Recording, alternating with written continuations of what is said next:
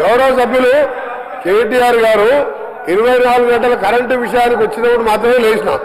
రైతు భరోసా మీద మాట్లాడినప్పుడు నేను లేవలే.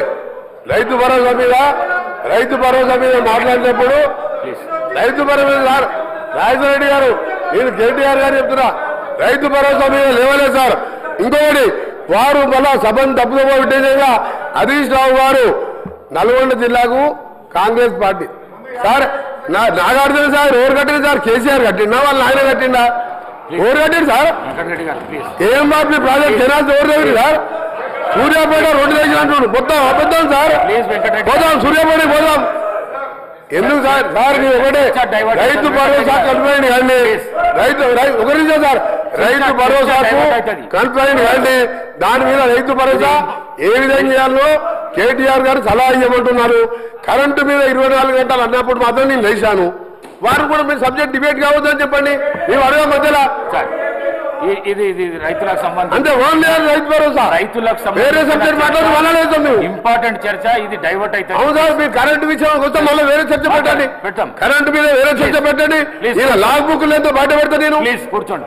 ప్లీజ్ కేటీ రామారావు గారు, ప్లీజ్ కేటీ రామారావు గారు. Speaker sir, please speaker sir, తమరితోని వినయపూర్వక విజ్ఞప్తి సార్. దయచేసి ఒక 10 రోజులు హౌస్ను పొడిగించండి. 10 రోజులు హౌస్ను పొడిగించండి దయచేసి. పొడిగించి ఇప్పుడు మంత్రి గారు కోరిన విధంగా ఒకరోజు ఎలక్ట్రిసిటీ మీద చర్చ పెట్టండి. మంత్రి గారు కోరిన విధంగా ఇరిగేషన్ మీద చర్చ పెట్టండి. మంత్రి గారు కోరిన విధంగా మిషన్ కాకతీయ మీద పెట్టండి, మిషన్ భగీరథ మీద పెట్టండి. దాంతో పాటు అధ్యక్ష నల్లగొండ జిల్లా అభివృద్ధి మీద కూడా ఒకరోజు ప్రత్యేకంగా చర్చ పెట్టండి అధ్యక్ష. కానీ ఈ రకంగా మధ్య లేచి మళ్ళా డిస్టర్బ్ చేయడం కరెక్ట్ కాదు. రెండోది అధ్యక్ష, మంత్రి గారి వైఖరి ఎట్లుందంటే వెంకన్న వైఖరి, మా ఇంటికి వస్తే ఏం తెస్తావు, మీ ఇంటికి వస్తే ఏమిస్తావు, అట్లున్నది ఆయన వైఖరి అధ్యక్ష. ఆయననేమో అడగదు అధ్యక్ష, ఆయన ఏమంటారు అధ్యక్ష, నాగార్జున సాగర్ కట్టింది ఎవరు, ఇది కట్టింది ఎవరు, అది కట్టింది ఎవరు, అది చెప్పొచ్చాడు. ఆయనేమో డబ్బా కొట్టుకోవచ్చాడు. కానీ సమైక్యాంధ్రలో అన్యాయం జరిగింది కాబట్టే మళ్ళీ 2014 మీరు మాట్లాడుండ్రు. అప్పుడు జరిగిన తప్పులు ఎత్తి చూపుతేనేమో ఇబ్బంది అవుతున్నది. కానీ అప్పుడు కట్టిన ప్రాజెక్టులకు మాత్రం డబ్బా కొట్టుకోవడం, డప్పు కొట్టుకోవడం మాత్రం ఆయన చేస్తారట. ఇంకొక మాట అధ్యక్ష, మంత్రి గారికి నేను కోరుతా ఉన్నా, దయచేసి మీరు హౌస్లో ఉన్నారు. పోయిన సెషన్లో విద్యుత్ శాఖ శ్వేతపత్రం ప్రచురించింది.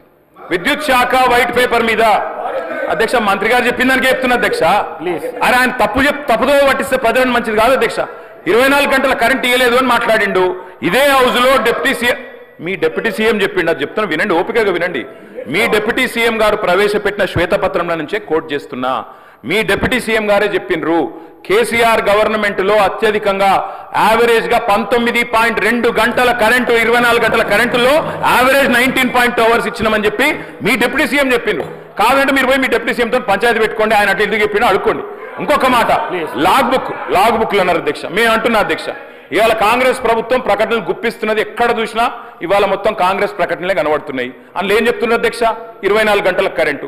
నేను వెంకటరెడ్డి గారిని అడుగుతున్నా, ఈడికెళ్ళి మీ సభ వాయిదా వేయండి అధ్యక్ష, బస్సులు అందరం పోదాం, నల్గొండ జిల్లాకే పోదాం. ఈ రోజు ఏ ఒక్క లాగ్ బుక్ లోనన్నా 24 గంటల కరెంటు వస్తున్నట్టు చూపెడితే మేము మొత్తం శాసనసభాపక్షం రాజీనామా చేస్తామని చెప్పి నేను ఆయన అడుగుతా ఉన్నా అధ్యక్ష. ఇప్పుడు వాళ్ళు